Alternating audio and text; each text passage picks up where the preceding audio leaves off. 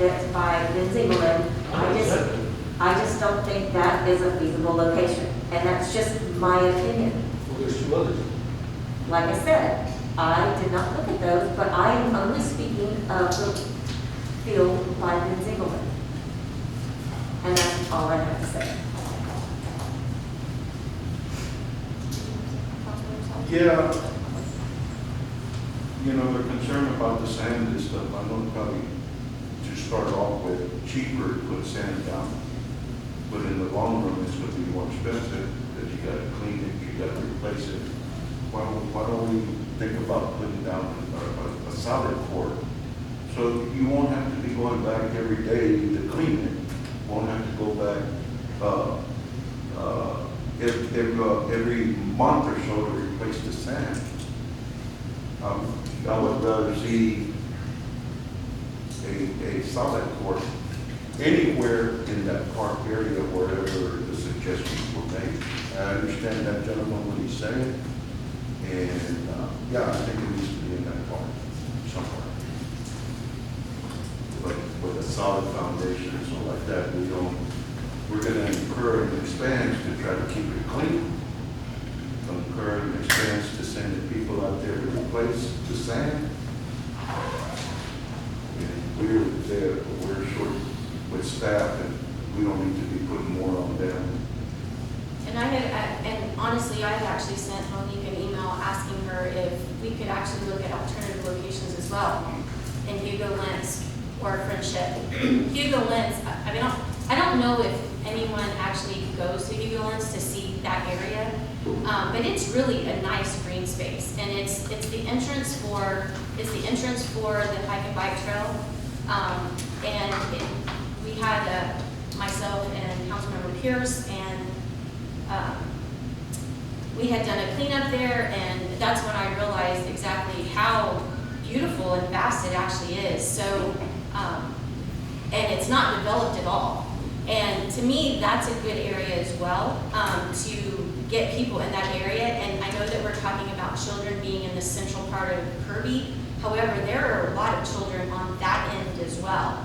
So I think wherever we decide, if it's something that we move forward with, you're going to unfortunately exclude a certain group that's not there in that area. But my personal opinion, because I actually had mentioned to Monique as well about the traffic, my concern was the balls going in the street, because when we grew up, cars didn't do what they did today. I mean, we played basketball, we played volleyball, we played all kinds of stuff literally in the street, but we knew when a car came to move. Well, that doesn't happen now. You know, if a ball gets hit, I wasn't even thinking about it even being sand. So the sand was not even a thought. My process was the ball going out and then a child or even adult inadvertently running into the street and someone not stopping. But like I said, I had actually thought somewhere like Hugo Lentz. And then a former council some time ago had even done, the park plan where there was all kinds of activities in there. And of course, I mean, there was a splash pad, disc golf. I mean, obviously these are things that was actually a big dream. But that was actually the initial thought process, was that all of the activities and things as that nature with basketball and things as well would be in that area, because that's also where, picnics and things were held at. So my personal opinion is to move it outside for no other reason other than I just think that it's a park and that's where it should be. That's just my opinion.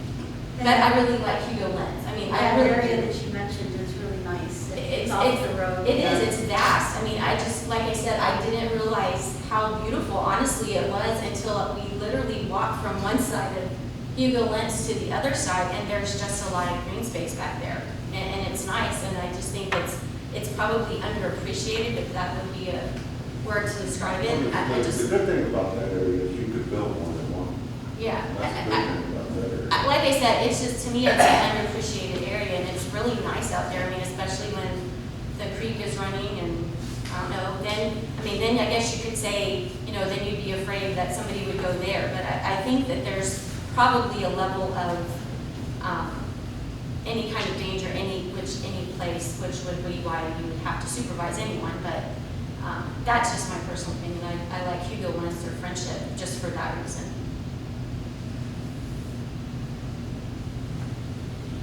But again, I'm not against anything that's going to build community and for kids. I just think that there's just as many kids in that area as well, especially with Hickory Hill and, there's children there that walk as well, so.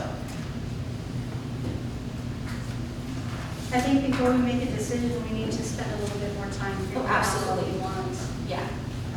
Make a motion to Okay, we have a motion already. I withdraw my motion. You went through. Yes.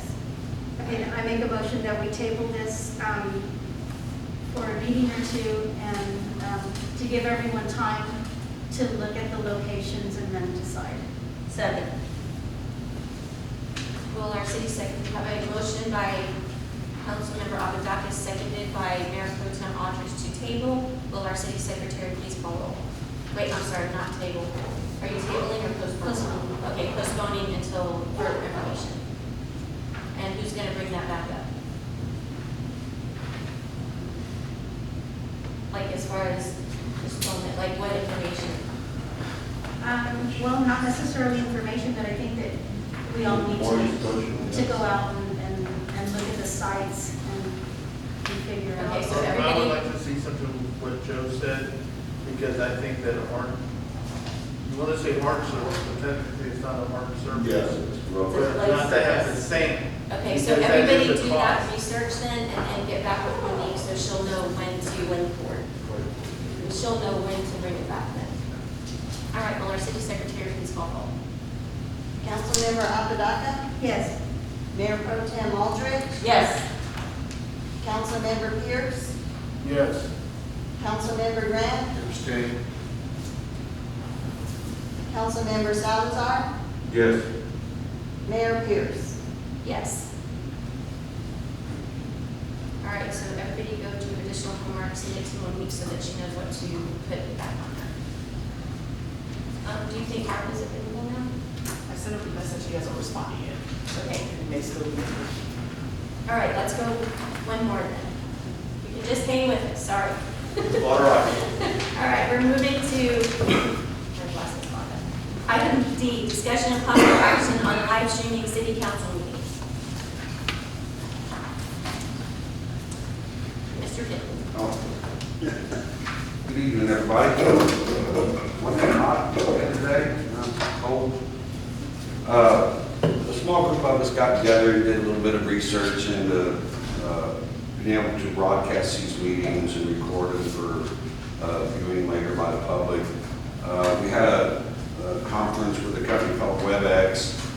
They had a lot of decent features for the price.